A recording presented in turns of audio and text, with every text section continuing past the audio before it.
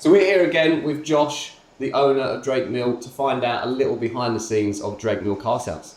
So to start off, we want to know if someone spent a whole day behind the scenes at Drake Mill, what would surprise them the most? Yeah, the amount of phone rings.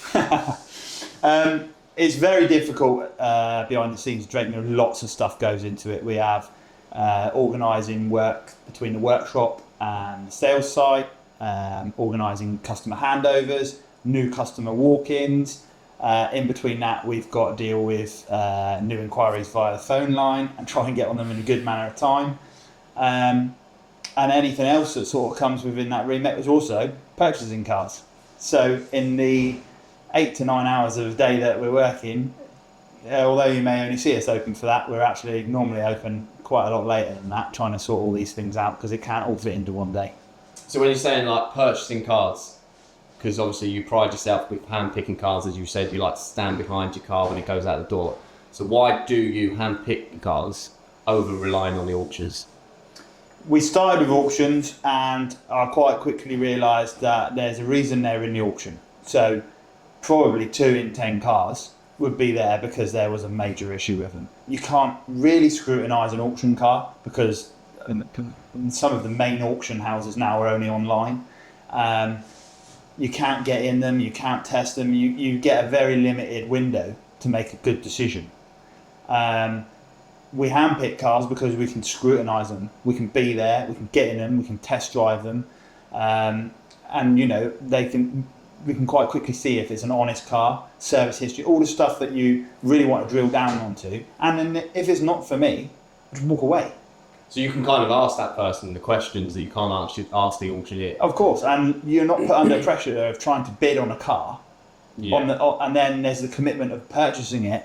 And if it's not the right car, there's nowhere to go. You can't go, oh, can I bring the car back? So you get caught out, and then you're trying to make a bad car good. That's not what we're about. So when you say, if you handpick the car, you've got the best car and everything. Someone comes in when someone comes in to buy that car, how do you help them find the right car that's in your showroom? So it's important to understand what a customer wants. Are they getting a car for its looks? Are they getting it for its convenience? Have they got a large family? Have they got a small family? Are they an elderly person? Are they a first-time driver? All of these things we have to sort of extract that information from someone, because you get people who come in and they want a car just because it looks nice, but it's not always the car they walk out with, because there's so many cars within that remit that actually could be priced better. So you could be coming in to look at a Tiguan R-Line and you're going away in a premium Tucson, which is just as good a car, but it's $5,000 cheaper. So I'm not there to push anyone into a sale. We're there to advise and work out what's best for the customer. And sometimes that entails taking 4 or 5 cars out for a test drive.